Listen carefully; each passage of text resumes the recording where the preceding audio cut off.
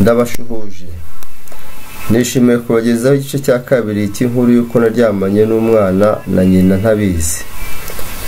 Derukana ubwo navuga igihumure nkikubita hasi ubwo nkimara kumenya ko umukobwa twaryamanaga ari umwana wanjye. Ubwo yaransanze mu karo mama yacururizaga nkabasiga nkahita ntaha.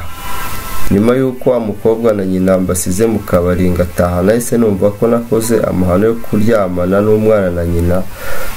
Bimberuzo rikomeye, nibaza niba ngomba kwibwira nyina, niba se ngomba kwibwira wa mukobwa anawe mwana wanjye.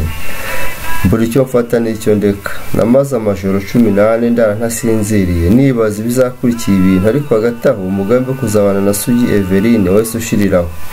Rero bizo rikomeye hagati aho nuko nyina wa mwana atarazi ko ari njye twamubyaranye, yaranyibagiwe. N'umukobwa nawe ari nawe mwana wanjye ntabwo arazi ko ari njye se. Nyina kandi ntabwo arazi ko nziranye n'umukobwa we, n'umwana ntabwo yarazi ko nziranye na nyina. Ubwose nabihore ariko ngabanya kugaruka muri ka kabari. Umukobwa arampamagaye kuri telefone nka sheri we, ambaza ikibazo nagize uko merewe, kuko ntacyo nari mfite mubwira. Ndamukupa ndetse sinongera no kumwitaba, kubera ko twe twahurira mu kabari ka mama we yaje mu kiruhuko cyo muri kaminuza. Ubwo cyararangiye asubira ku ishuri. Hashize icyumweru yarantelefone nsaba kuzamusura ku ishuri, na cyane ko yari asize atazi ikibazo nagize. Nagiyeyo nyakira neza nk'umuntu witegura kuzambera umugore.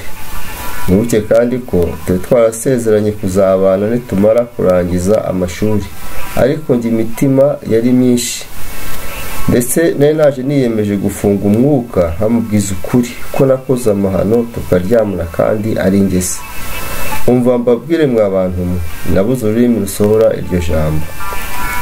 Ubwo twaraganiriye muri ghetto aho yaracumbitse, nari musanze anyiteteshaho nka sheri we, anganiriza ku by'umubano wacu umwaka utaha uko azaba yarangije kwiga, ariko akabona ntameze neza, nkomeza kwitsa imitima, abona ntari hafi aho rwose.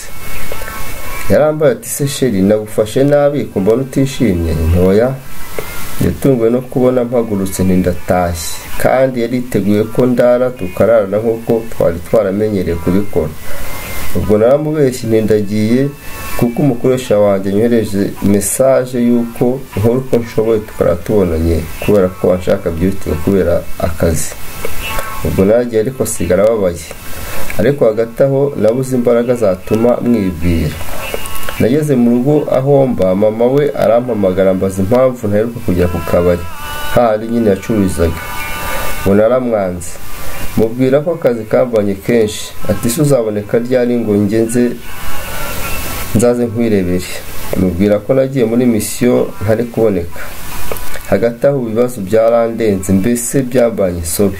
Ndabinginze ngo mungire inama y'icyo nakora, kuko mbona ko ndamutse mbishyize ahagaragara bishobora guteza ikibazo gikomeye hagati y'umwana na nyina. Ubwo ariko haciye icyumweru mbona nyina wa Eveline antunguye, asanze ku icumbi ryanjye aje kundeba. Twaraganiriye, hanyuma mbwira ko mu cyamuzanye gikomeye harimo no kumbwira ko atwite kandi yanjye.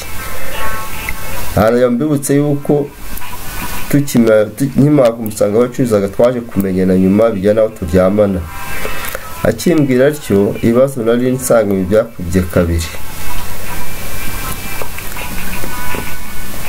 Ubwo nubitse umutwe imitima imbana myinshi, ati ko mbona ntacyo bivugaho. Ubwo nayo utekereza kuba namuzana mu rugo akaba umugore wanjye tukabana, ariko nkibaza ku mukobwa we Eveline iyo nkuru nimugeraho ko bizagenda. Hagati aho mama wa kiraho Eveline yarampamagaye kuri telefone, ambwira ko ari mu nzira aje kundeba kuko ankumbuye, ndetse ari hafi yo kugera ku icumbi ryanjye. Ubwo narahagurutse ndebera mu idirishya, mubona yenda kugera ku muryango. Babyeyi mwabyaye biragenda gute nahamusanga? Turabarekera gukurikira agace kazakurikiraho kugira ngo mumenye uko byaje kugenda.